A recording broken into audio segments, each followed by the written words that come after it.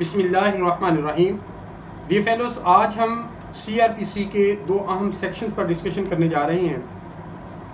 आज के लेक्चर का जो टॉपिक है वो है बेसिकली स्कोप ऑफ इंक्वेस्ट और inquiry under section 174 and section 176। ये एक latest judgement honourable Lahore high court Lahore की जस्टिस सुहेल नासिर साहब की तरफ से इशू हुई है। ये अभी तक रिपोर्ट नहीं हुई क्योंकि ये 2/7/21 को ही इशू हुई है, लेकिन it is recommended for the publication in journals, law journals, और इसके साथ साथ ये जुडिशल ऑफिसर्स को और डिफरेंट रेलिवेंट डिपार्टमेंट्स को सर्कुलेट की गई है। इस जजमेंट के बाद सेक्शन 174 और सेक्शन 176 के तहत जो इंक्वेस्ट या इंक्वायरी का स्कोप है उसके गिर्द जो वेगनेस सराउंड कर रही थी वंस फॉर ऑल जो है उसको क्लियर कर दिया गया है, क्लैरिफाई कर दिया गया है। इसलिए मैंने मुनासिब समझा कि इस पर एक लेक्चर रिकॉर्ड किया जाए। ये फेलोस, इससे पहले कि हम सेक्शन 174 और सेक्शन 176 की तरफ बढ़ें, उसकी कंबाइन रीडिंग की तरफ या उसके कंबाइन इफेक्ट की तरफ या उसके स्कोप की तरफ, थोड़ा सा एक बैकड्रॉप आपको इस जजमेंट का बता देता हूं ताकि आपको इस जजमेंट के अंदर जो इन दो सेक्शंस के हवाले से रेशियो डिसाइडेंडी जो है हेल्ड हुआ है उसकी आपको समझ आ सके। ये जजमेंट बेसिकली इशू जो पिटीशन फाइल हुई, रिट पिटीशन, वो basically for the lodging of FIR हुई, लेकिन इसके अंदर जो पॉइंट रेज किया गया और जिस पर ये फाइंडिंग आई वो थोड़ा सा रेलिवेंट है लेकिन डिफरेंट है, वो मैं आपके सामने रखता हूँ। जिस पॉइंट पर फाइंडिंग आई वो ये था कि CPO पिंडी ने एक एप्लीकेशन मूव की टू दी सेशन जज रावलपिंडी के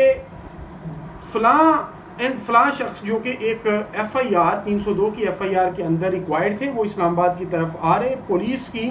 नफरी ने उसे रोका अरेस्ट करने के लिए ऑन द पॉइंटेशन ऑफ द मुखबर। जब उन्हें रोका तो उन्होंने क्रॉस फायरिंग कर दी, पुलिस ने भी फायरिंग करना शुरू कर दी, इनडिस्क्रिमिनेट फायरिंग दोनों तरफ से हुई और फाइनली वो 3 लोग थे, उनके अपने ही साथी की फायरिंग से एक जो मुलजिम था शाहद, उसकी डेथ हो गई।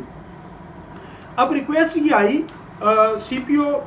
रावलपिंडी की तरफ से, जो मैं आपके सामने एग्जैक्ट वर्डिंग उसकी रीड आउट करता हूँ कि as Sahad Mahmood died at the spot due to firing of his companion during नाकाबंदी, therefore the judicial inquiry into the incident is required to be got conducted. It is therefore requested that kindly depute a judicial officer for holding a judicial inquiry on the subject matter to probe into the facts of the occurrence, please. इस judgement के अंदर जिस चीज़ को discuss किया गया at length और फिर finally जो फाइंडिंग्स दी गई, जो सर्कुलेट भी हुई, वो ये हुई कि क्या किसी अक्रंस के मतलब fact finding inquiry judicial officer conduct कर सकता है या नहीं कर सकता। ये मेन इसके अंदर पॉइंट है, लेकिन इस पॉइंट को डिस्कस करते हुए और बहुत सारी क्लैरिफिकेशन जो है वो सेक्शन 174 और सेक्शन 176 के मुताल्लिक आई। जैसा कि आपको मालूम है कि सेक्शन 174 और 176 बेसिकली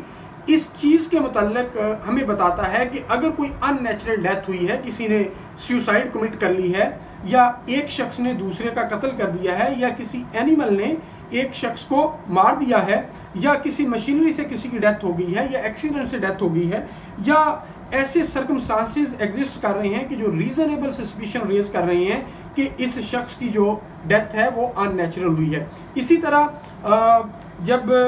176 को पढ़ते हैं तो उसके साथ एक और चीज़ ऐड हो जाती है कि अगर कोई डेथ जो है वो पुलिस की कस्टडी में हुई है तो ये दोनों सेक्शन जो हैं इम्पावर करते हैं पुलिस ऑफिसर को और मजिस्ट्रेट को कि वो इंक्वायर करे, प्रोब करे into the cause of death, यानी जो उसकी वजह मौत है उसके मतलब इंक्वायर कर सके। ये जनरल जो सेक्शन रेफर किए जाते हैं ये टू प्रोब और to find out the cause of unnatural death या काज ऑफ डेथ जो है फाइंड आउट करने के लिए ये रेफर किए जाते हैं।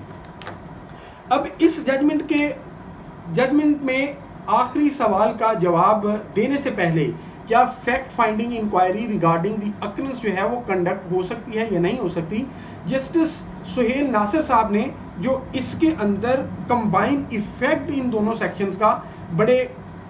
क्लैरिटी के साथ बताया वो मैं आपके सामने रखता हूँ। वो कहते हैं कि जब इन दोनों सेक्शंस को हम पढ़ते हैं, under section 174 CRPC the powers are available to police officer and magistrate too, यानी सेक्शन 174 के अंदर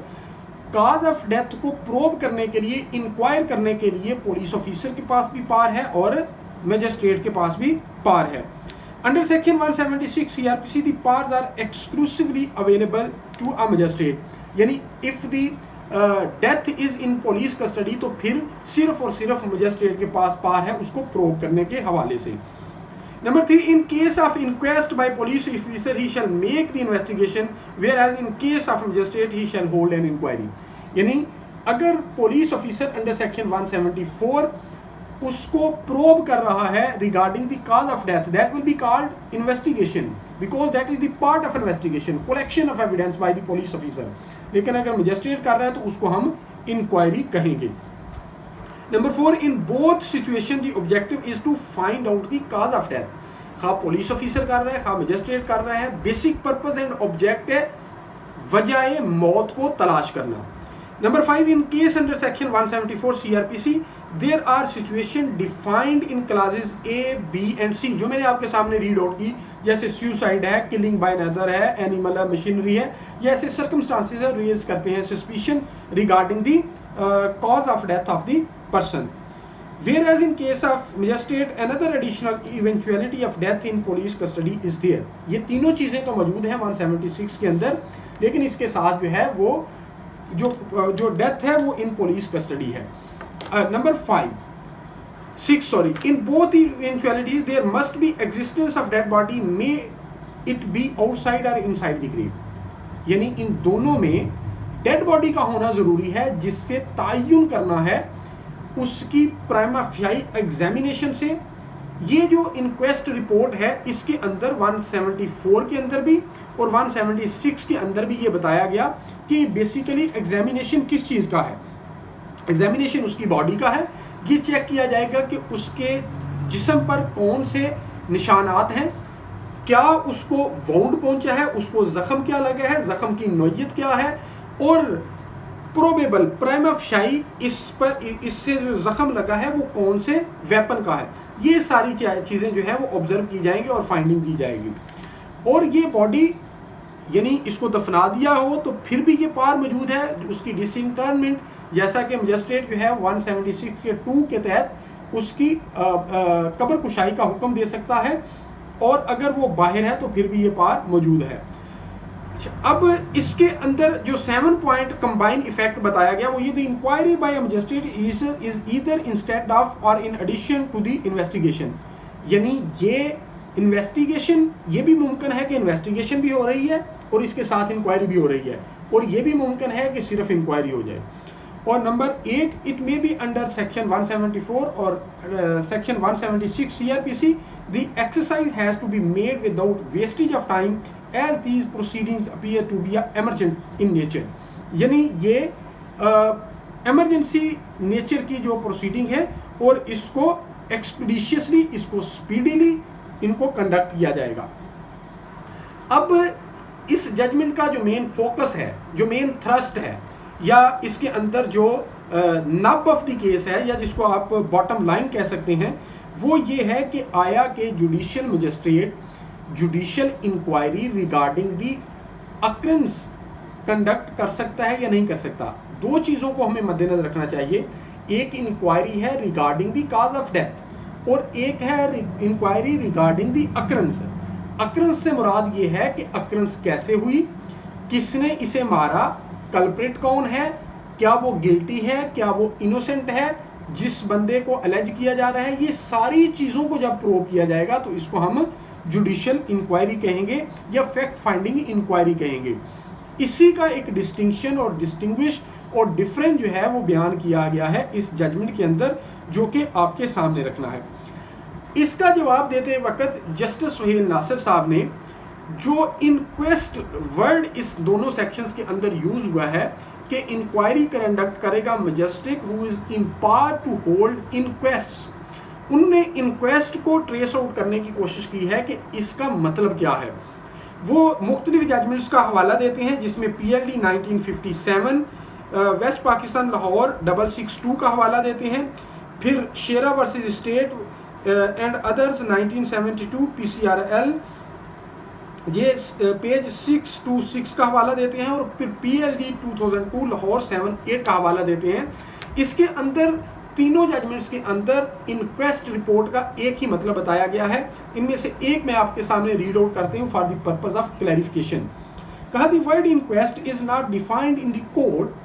of criminal procedure nor in the Pakistan Penal Code, but it is apparent that what is intended is that the magistrate should prepare a report as to the apparent cause of death of the deceased person, mentioning the wounds etc. found on the body and the weapons which appear to have been used for causing the injuries which have resulted in fatality. अब इसके अंदर तीनों judgements के अंदर ये बताया गया कि इंक्वेस्ट का मतलब ये है to prove the cause of death, कि मौत किस वजह से हुई है। अब ये सारी चीज़ें डिस्कस करने के बाद 3 क्वेश्चन फार्मूलेट किए थे जस्टिस सुहेल नासिर साहब ने इस जजमेंट के अंदर। पहला ये था, क्या सेशन जज जो है वो रिक्वेस्ट भेज सकता है, एप्लीकेशन मूव कर सकता है टू दी कंसर्न्ड सेशन जज फॉर कंडक्टिंग इंक्वायरी और नॉट। दूसरा ये था कि क्या इसकी जो मजिस्ट्रेट है वो इसकी कंडक्ट कर सकता है या नहीं कर सकता। और तीसरा ये था कि क्या फैक्ट फाइंडिंग इंक्वायरी हो सकती है या नहीं हो सकती रिगार्डिंग दी अकरेंस। पहले 2 सवालात का जवाब जो है वो पॉजिटिव में दिया जस्टिस साहब ने कहा कि सेशन जज के पास ये पार जो कोई भी पुलिस ऑफिसर जो है वो रिक्वेस्ट भेज सकता है, एप्लीकेशन मूव कर सकता है। सेशन जज के पास ये पार है, वो डिप्यूट कर सकता है मजिस्ट्रेट, और मजिस्ट्रेट के पास पार है कि वो कंडक्ट कर सकता है, लेकिन subject to certain limitations and restrictions. वो लिमिटेशन एंड रिस्ट्रिक्शंस क्या हैं वो इसके अंदर इन्होंने इस जजमेंट के आखिर पर लिस्ट डाउन किए हैं और ये सर्कुलेट भी करवाई हैं। ने कहा कि जब एप्लीकेशन आएगी, पहली बात बड़ी कैटेगोरिकल अंदाज में उन्होंने ये कह दी कि fact finding inquiry regarding the occurrence magistrate ना सेशन जज कह सकता है मजिस्ट्रेट को, और ना मजिस्ट्रेट जो है वो कर सकता है। यस, सेशन जज application from any police officer उस पर जुडिशियल मजिस्ट्रेट को हुक्म दे सकता है इंक्वायरी कंडक्ट करने का, but that inquiry has to be confined, that inquiry has to be limited to the cause of death, to probe into the cause of death, not more than that. ने कहा कि अगर occurrence के मतलब inquiry conduct करनी है fact finding, तो वो हर सूबे का अपना अपना ऑर्डिनेंस है। जैसा कि पंजाब का है Punjab tribunal of inquiry ordinance 1969, Balochistan का है बलूचिस्तान ट्राइब्यूनल इंक्वायरी ऑर्डिनेंस 1969। अगर इस तरह की इंक्वायरी करवानी है तो प्रोविंशियल गवर्नमेंट के पास ये पार मौजूद है कि वो किसी को डिप्यूट कर सकती है रिगार्डिंग फैक्ट फाइंडिंग इंक्वायरी के लिए रिगार्डिंग दी अकरेंस। जैसे उन्होंने एक रीसेंट एग्जांपल भी कोट की कि जब मोहम्मद उस्मान खान काकड़ एक्स सेंटर की 23/6/21 को डेथ हुई, उनके फैमिली मेंबर्स ने ये कहा कि ये अननेचुरल डेथ है एंड मेरिट्स इंक्वायरी। तो गवर्नमेंट ऑफ बलूचिस्तान ने, होम एंड ट्राइब्यूनल डिपार्टमेंट ने in exercise of the powers under the Balochistan tribunal of inquiry ordinance 1969 had appointed a judicial commission for that purpose. यानी अगर fact finding inquiry regarding the occurrence conduct करवानी है, that is the exclusive domain of the provincial government under the Punjab tribunal of inquiry ordinance 1969। अब session जज और session जजेस और magistrate को जो हिदायत दी गई इस इंक्वायरी को कंडक्ट करने के लिए, वो 4 किस्म की दी गई। पहली हिदायत ये थी कि if an application is moved by a police officer to a session जज और to a magistrate in case it is directly submitted, यानी मजिस्ट्रेट को डायरेक्टली दे दी जाती है, it will be his primary duty to examine that the request has been made within the parameters of section 176 CRPC and it relates to cause of death only. If it is so, the application shall be entertained, otherwise it may be turned down or returned to the concerned police officer as the case may be. Application होने पर examination करने के बाद अगर वो ये समझते हैं कि ये काज ऑफ डेथ के लिए रिक्वेस्ट नहीं है इंक्वायरी करने के लिए, तो वो टर्न डाउन कर देगा या रिटर्न कर देगा। Number 2, the magistrate holding the inquest oblique inquiry under section 176 CRPC under no circumstances can travel beyond his jurisdiction that is limited to determination of cause of death of the person and not the person who has caused the death। यानी जो bottom line है इस सारी judgement में वो ये है कि इस इंक्वायरी के दरमियान ये डिटरमिन नहीं किया जाएगा कि काज किसने डेथ की है, सॉरी डेथ किसने काज की है, सिर्फ ये डिटरमिन किया जाएगा कि काज ऑफ डेथ क्या है, क्या वो नेचुरल है, अननेचुरल है, क्या उसकी बॉडी पर वाउंड्स थे,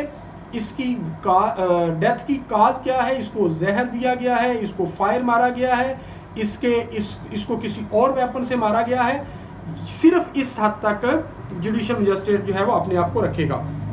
number 3, a magistrate has no power to record a finding regarding guilt और innocence of an accused while holding the inquest. वो ये फाइंडिंग नहीं देगा कि कौन इसमें गुनाहगार है और कौन बेगुनाह है। Number 4, the powers in conducting the inquest which a magistrate would have in holding an inquiry into an offence shall also be limited to determination of cause of death. Dear fellows, the sum and substance of this judgment or scope of section 174 और 176, इन